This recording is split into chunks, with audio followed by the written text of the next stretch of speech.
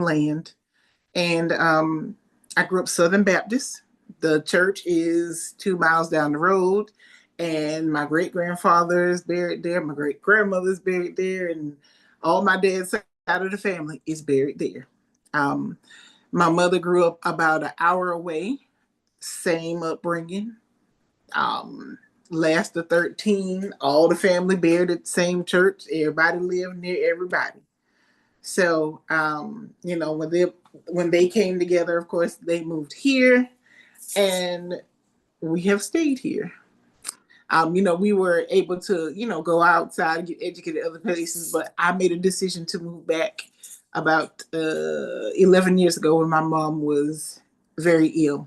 So now I reside here at the family home in the family compound with my father, who is an elder, very active man. I live on a farm, and it is faith and family. That's what you do it for. What I've learned is you almost become a martyr, because it's not even about what you want; it's about doing the right thing, and that is doing the right thing. I see my father every Sunday go to church, um, and they believe that is what you do if you're a good person. That is just so embedded. And so with me not into Christianity anymore, not getting up going to church, like when the church doors open, you got to be in there sitting down on the front seat, on the usher board, on the, you're a deacon and all that stuff. When I was growing up with that as a little girl, um, it was all I knew. You know, um, I loved the praise and worship service. And if I was to go inside that church, I would still love that praise and worship service because those songs are still here. It's nothing wrong with it if it works for anybody else. But as for me, when I got older and moved away from home, um, I never felt a connection to the church that I grew up in. Um, it was just something that we did. It was a ritual. It was a ritual, get up, go to church Sunday, of course, church, Easter, Christmas, Mother's Day, Father's Day, with all the programs. You went to church, then you went to church after church, and then there were people who didn't go to church that you went to their house afterwards. So it was an all day thing. Um, so you learn to be hospitable. You learn to be sociable. That it was a community. So we saw, church and church members take care of themselves, even on in the summertime. You went to a vacation Bible school, and that's where you had fun, with your friends and that kind of stuff. But that lasting connection that made me want to serve and do that kind of stuff, I didn't get that impact at the church that I grew up in. Um, I got really involved in a church in my late 20s when I moved away from home. This is after I, went to college and grad school, and I moved about 2 hours out. I was introduced to one of the ladies, and she's still my best friend to this day. Her husband was an apostle at the church, and her in laws were the senior pastors. But these people really knew how to involve me in their ministry. And so when I tell you I was all in, I was on the praise and worship team, I was an intercessor, I was learning how to be a prophetess, all of these things. I was in it. My parents was like, this girl is in a cult. Learning how to pray in tongues in my heavenly language. They were more Pentecostal than Southern Baptist. And so we didn't do the Christmas trees and the Easter and all of those pagan religions. Um, but nonetheless, I was believing because I grew up in a family, you know, the man and the woman together. I always wanted to be married and have a family. I'm like, you know what? you know how the Bible says, if I'm he'll give you the desires of your heart. It, something like that. It's been so long, I'm sorry. But I was like, let me do this and I'm going to serve well. And I know that God's going to bless me. Let me continue to be this good girl and go to church and serve. And I enjoyed it, but I was still longing. And a lot of the women of the church was like, no, you want a man that is, saved and this and that. So it was a lot of gentlemen that would approach me that I would say no to. It was a Muslim guy.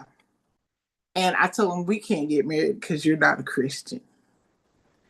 And a lot of times in church, people aren't always forthcoming with their testimonies. You don't find these things out until later. So we see that you with, Deacon Darrell, but Deacon Darrell used to be hell back in the day, and he wasn't saved when you married. That's the part you left out. But you told me to go find somebody that's saved. And then I started noticing that the singles ministry is filled with women. And it's like, oh my gosh, I don't even want to go to this singles ministry anymore because all they sitting here longing for a man just like me. And then you see no straight men in the church. And I'm like, okay, just start noticing. Got a bunch of married couples that's in their later ages. You got all these young people. And there's two guys that's straight. If I'm supposed to find a husband in the house alone, where he at? If I wanna do things right. I want to do things the way that you. So I'm believing and I'm having faith and it's so much conviction. You paying your tithes and all of this stuff, and then 2014, 2015 happened, and all hell breaks loose. Some of the pretending that people was doing, it just kind of unravels. There was some chaos in the church with, people sleeping with other people and marriages being torn up. And we realized this is human. People have things that happen in their lives, but these are some of the people that are making you feel condemned. And I didn't leave the church for that. I actually stepped away because I had to be honest that I was angry with God at that time.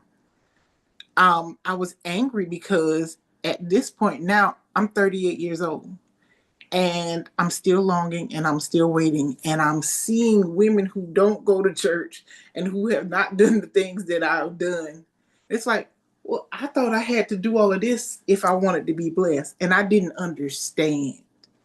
Um, and we were really taught to shun other religions because all that was demonic and witchcraft.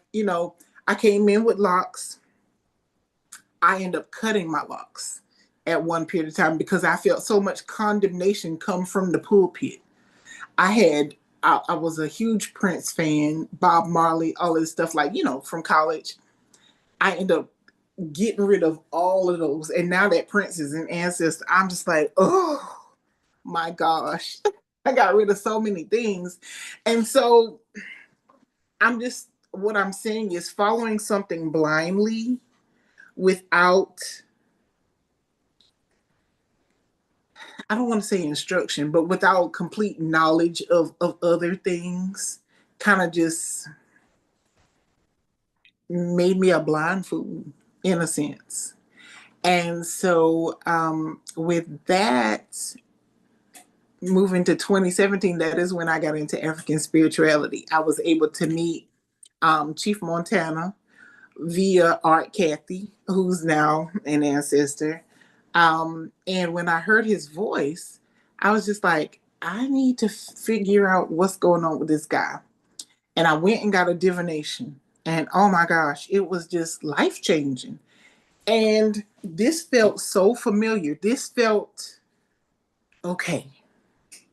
So with that, guess what? My life is in my hands. I'm now reaching out to my ancestors who in the church, there ain't, we know that there are ancestors, but you know, that's necromancy. You talking with the dead. And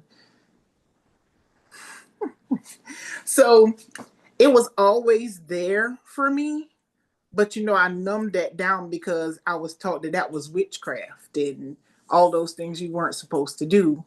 And now I feel so much freer and just at peace now. So I have had a trip from Southern Baptist to Pentecostal to African spirituality. And then in the midst of that, I got into Sacred Woman, of course, and even Hebrew Israelite to Buddhist. Boom. Here we go. That's why I was like, oh yeah, let me get on this thing because I got a story to tell. But it's all in finding me and finding peace and listening to hear for my own self, not from what other people is doing, but just what resonates with me. And so while I still practice Buddhism and my African spirituality, guess what? When I was introduced into Buddhism, they have their altar, their shrine, they have their fruit there, they have the water, and it just feels so natural. But when I'm doing my rituals, when I'm communicating with my ancestors, when I get my divinations, it also feels so just natural. And I just feel like now at my age of 48, I feel like I'm becoming who I agreed to be.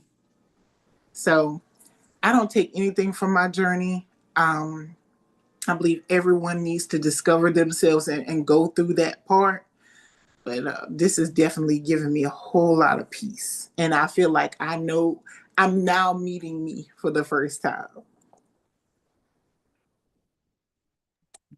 Thank you for that. I think that that was a very vivid, very vivid um narration of, you know, where you've come from and how you've gotten here.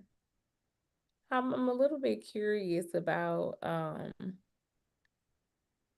permission, feeling like you have permission to claim these different practices, as somebody who grew up with a different understanding of what these practices mean. Mm-hmm. What is the spiritual authority in what you currently believe in, and what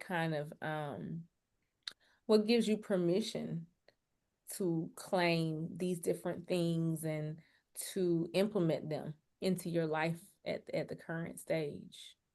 I don't feel like I need permission from anything. This is my journey in my life. And so, you know, when you first said it, I was like, what? But yeah, I guess when I was in the church, it was all about I don't want to say people pleasing, but an appearance. Um, I'm paying my tithes, I'm showing up to church, I'm dressed, in the way they said I should be dressed, and doing everything that this person says I have to do in order to get into these pearly gates. And now I believe, yeah, we were made in the image of God, but aren't we we're like him too. So it's almost like a reclaiming my power back and taking my power in my own hands. So it's like, well, who permission?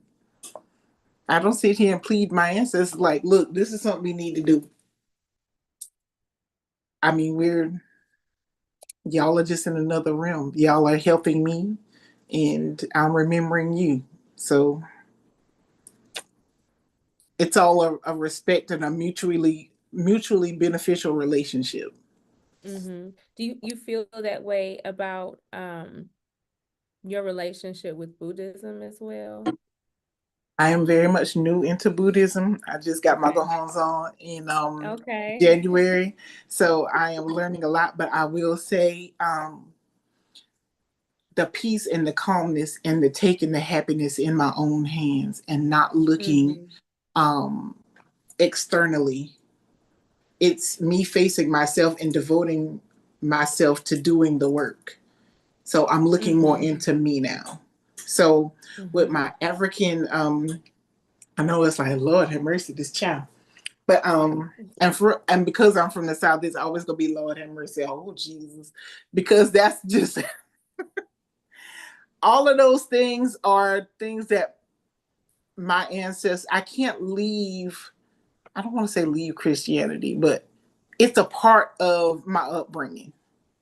So to say I'm done away with it, I know that when I'm buried, I'm gonna be buried at this church down here 2 miles down the road, and I'm gonna gladly do it because that's where the rest of my ancestors have been buried, and so it'll be there for when the next generation comes up and they look and say, okay, well Kimberly is here, and we know that when they connect the dots, just like I do when I go to the cemetery and I see my ancestors out there. So it's always going to be a part of me. But I don't need anybody's permission now. I feel like I am powerful myself. Yeah. So And so it sounds like in the process of this spiritual journey, it's less about the rules that you were raised with and more about the freedom. the freedom, the becoming, giving myself permission to be myself, to make my own mistakes, to walk this Mm-hmm. journey boldly, um, and just to be me. Mm-hmm. So Mm-hmm. Mm-hmm. I'm just Kim. What attracted you to Sacred Woman? Oh my gosh. Well, Mm-hmm. I I've always been a person who is drawn to people who walk to the beat of their own drum. And so in this Southern Bible Belt town, somebody like Queen Afua coming in, they're like, who is that? So that is what made me drawn to it. I've had the Sacred Woman book for the longest. And Mm-hmm. when my mom was transitioning, she wasn't able to talk or anything. She took the book out of my hand because I was trying to figure it out, and she wrote her name in it. And so Mm. I know that I had to do that work, and I got it right here. That's Oh that's the my last thing that she wrote. goodness. And so, just because she had an autoimmune disease, I was like, oh my gosh, I know they have things in here, you Yes. know. And so looking through that, I really didn't understand the book. And then I Mm-hmm. met, through being in that African spirituality community, women who had went through Sacred Woman. Even though I had the book, I never met Mm-hmm. anyone who did it. So Mm-hmm. once I met them, then I decided to do it. And then 2020 I did. And Mm-hmm. once I got in that circle of women, I just knew I had to stay in the circle and I wasn't gonna let it go. Yeah. Tell me about the community that you just mentioned. Okay, so the Um community that I'm involved in is called ARC, and it's called it stands for Ancestral Renewal and Communication, and mhm. it's founded by Chief Montana. His name is Torrance. Mhm. But he is a powerful diviner. He has a website if anybody wants to get any divinations. And he took us to Ghana. We got to meet his elders and his teachers, and he's just a credible person.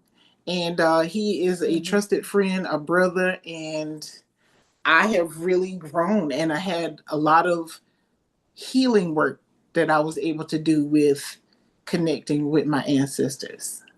Yeah. Mhm. So just able Tell me to about the go ahead. tap into my strengths and my power and learning who I was and who I Mm-hmm. am. So Mm-hmm. yeah. Mm-hmm.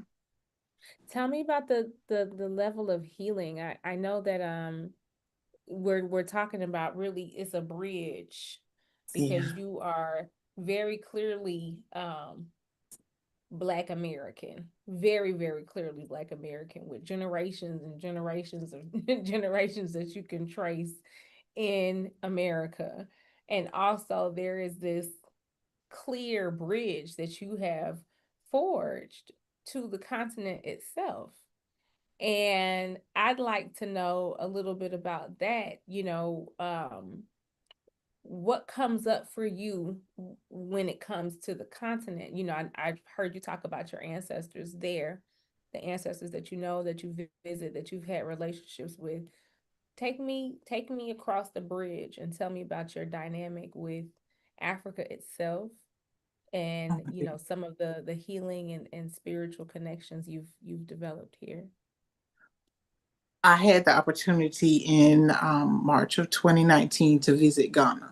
We went to Tamale, and I went with Mm-hmm. Chief Montana and a group Mm-hmm. of ladies and gentlemen. It was life changing. And I can't Mm-hmm. wait to go back again. But I'm in education and we don't really get a lot of time off. I'm an admin, so we work throughout the summertime. But when you go to the continent, as for this was my experience in America, you too dark, your hair too nappy, you worrying about having the eyebrows drawn on, the right clothes, and all of this stuff. And you get over there, and I just didn't think about any of that. We're not wearing makeup, it's hot, but these people welcome you with so much love, and you just you get to see yourself. So you see women with these hips, and it's like, okay. You see yourself. You see another sister that looks like you. That's like, we never met, but we could be related. You see the beauty in the people and how these women, like, where are your beads? Why you don't have waist beads on? And they gonna make sure you get them waist beads on. And you look at a baby and you're like, oh hey baby. If you do that in the States, that woman is not gonna hand you her baby. But where I was, you gonna hold the baby and we know you're not gonna do nothing to it. Okay. And I just love that. And going there and you see the children and you might be, eating a little snack and they're like, so you gonna give me some of that too. I loved it. It felt like home. And there wasn't any agendas or anything. We were just living in that community together, and everybody did their part and everybody just took care of one another, and things you just didn't worry about. You know how, like, when we're in America, you're so aware of your blackness, like, ooh, I'm the only black person in this room, or oh, that kind of thing. Everybody looked like you home. And I loved that. I really, really did. So yeah. Thank you for that. Were there any kind of spirit based interactions that you had in Ghana? Any ceremonies, any rituals that you all did that moved you? And if so, how did it move you? What was that spiritual essence like? The one that I will speak, because we did a lot of our own little personal healing work. So while I was there, I was able to get my star raised. And I had my shells activated, and those were like the diviner shells that we use when we're in some of his classes. So they do a simple yes, no, maybe, that kind of stuff. But I got them activated there. But as a plus size woman, a lot of this community bathing and nudity was, you know, something I had to work through. Chief did say at the beginning that you're gonna be triggered, and those things are gonna come up. So just knowing that the women went in your stuff and they was washing your clothes and your big old drawers out there on the live for everybody to see. But one of the things that we had to do when I was getting my star raised is I had to take a spiritual bath at night and then not talk. Okay. So after I did the bath, not to talk. But we had to do that bath outside, which is why I mentioned the plus size stuff. Um, because we, having to bathe ourselves. And you can't have on clothes when you bathing yourself. So the women that I was in the room with, while I had to do that ritual for myself, how they covered me with a sheet. They would stand on the corner so I could get that bath done. That was so bonding and just so I had to deal with that trigger, but it was like, I want this healing so bad. I got to do what I got to do.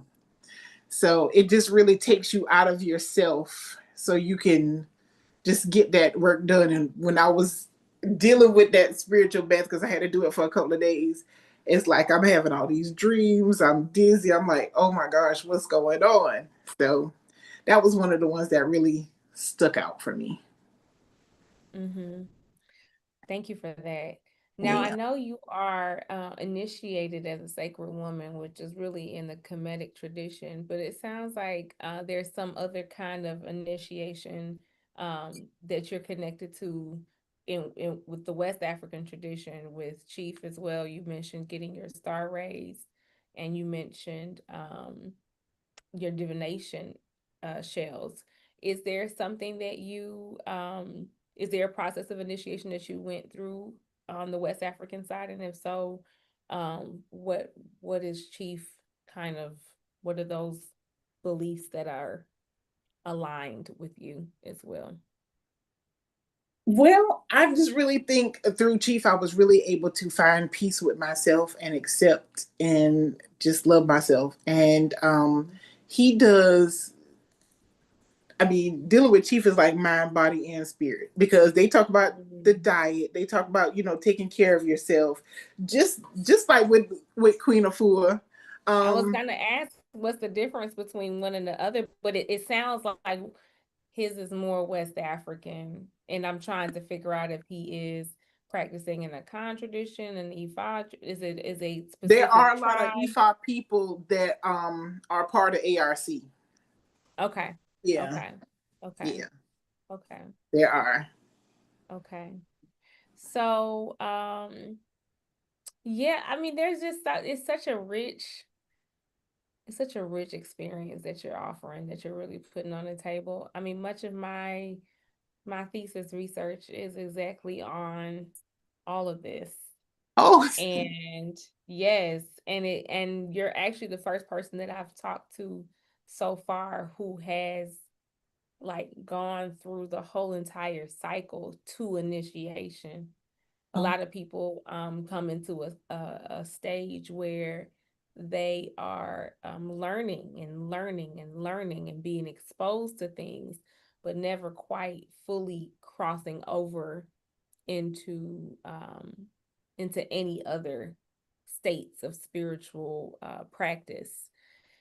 And gotcha. so It all so makes yeah, so it go ahead. all adds up. It all adds up together. I didn't know that prophetess that I was studying to be was really like that diviner in me, in that intuition, So Mm-hmm. the church may have called it like, oh, you want to learn how to be a prophetess, but in ARCs you might be on a diviner track or a healer track or whatever kind of track that is. And so with Queen, guess what? You get to go into it all. Right. You get to Right. really learn to heal your body and love and appreciate who you are and be in a circle of women from Hebrew Israelites to Ephod, Yoruba, all of those things. And so Right. I just love everything that it embodies. And these are people who walk How the would you walk and talk the talk. describe How would you describe mhm. what? How would you describe the practices with Queen Afua? Like what would you classify that as if you had to put it into words? Ooh, to me, this book is like a Bible for Black women. It's What like book are if we you ain't talking got about? this sacred woman, all I got Okay. all her books. But Okay. this book, you know how people walk around with their Bibles and it's like you always discovering, or you go back and have Bible study on Wednesday nights. I never let this book go, because even though you think you may have, hey, I ascended in 2020 and I became a practitioner in 2024, I'm still learning and I'm still growing. And just the fact that Queen Afua is who she is, and walking the walk and talking the talk, and then you have all of these women who are, a part of that, who are doing the same thing, and it's just magical. It really just encourages you to continue to heal and continue to do the work and step into your own power and be that healer in your home, in your community.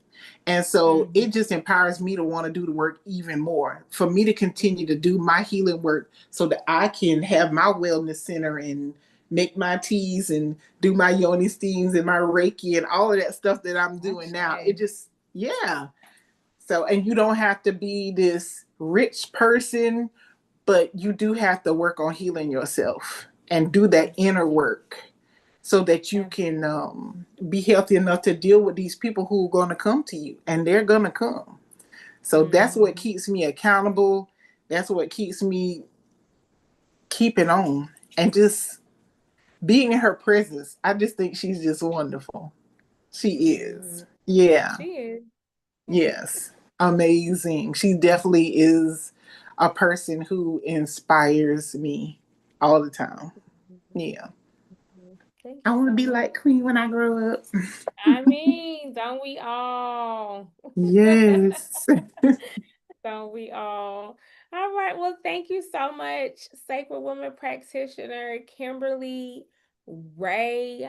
Is that how you want me to list your name in the study? Because I'm very big on making sure that I identify people according to how they prefer to be identified. Period. Well, I think on my thing I have Wumpini as well, because guess what? Mm-hmm. When I went to Ghana in 2019, we stayed there for like 20 something days, and then at Wow. the end we got a naming ceremony, and Mm-hmm. they gave me Wumpini, and when I first heard it, I was like, uh-uh. But I start putting that in my name because that is who I am as well. And Yeah. Wumpini means God's gift. Okay. Okay. So you can put Kimberly Wumpini Ray or whatever. I'm always gonna Give be Kimberly. thanks. But yeah. Give thanks. Give thanks. Thank you so much. I really appreciate you Thank taking the time. you. Yes. Yes. So I am going to send you the link Lord. for this if you want it, because it's already Sure. live stream. Okay, to make sure that you have it and at the